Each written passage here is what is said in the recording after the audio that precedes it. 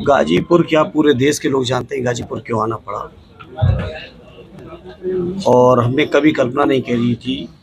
कि इस तरह के माहौल में भी गाजीपुर आना पड़ेगा। जो घटना हुई पूर्व विधायक मुख्तार अंसारी साहब के साथ, जो उनका निधन हुआ, और निधन ही नहीं, उनके स्वाभाविक निधन होता तो एक अलग बात थी।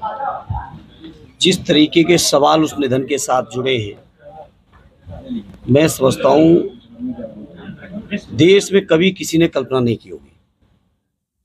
लगातार उनके परिवार के लोग न्यायालय में अर्जी लगा रहे थे। माननीय सर्वोच्च न्यायालय तक उनकी अर्जी इस बात को लेकर गई थी कि जेल में रह के वो अपने को सुरक्षित महसूस नहीं कर रहे। और माननीय सर्वोच्च न्यायालय में उत्तर प्रदेश शासन के प्रिंसिपल सेक्रेटरी होम ने एफिडेविट दिया, और उनके एफिडेविट पर विश्वास करके माननीय न्यायालय ने डायरेक्शन दिया कि उनकी सुरक्षा और स्वास्थ्य का इंतजाम रखना सरकार की जिम्मेदारी है। जिस बात का सरकार ने एफिडेविट दिया कि करेंगे, लेकिन बावजूद इसके जो परिजनों से मिलने के बाद सभी चीज़ों को जो समझने का मौका मिला, जितना मैं समझा, उनके परिवार में उनके बड़े भाई और इस क्षेत्र के बहुत जिम्मेदार नेता और पूर्व वर्तमान सांसद भी हैं, पहले भी रहे, कई बार के विधायक आदरणीय अफजाल साहब से बात हुई, परिवार के और साथियों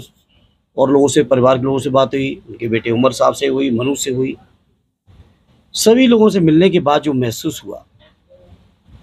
मैंने इस तरह की शासन देश में कभी होगा इस बात की कल्पना नहीं की थी कि न्याय का विरक्षा में रहते हुए, जेल में रहते हुए, प्रशासन द्वारा या प्रिंसिपल सेक्रेटरी होम द्वारा माननीय सर्वोच्च न्यायालय में एफिडेविट देने के बावजूद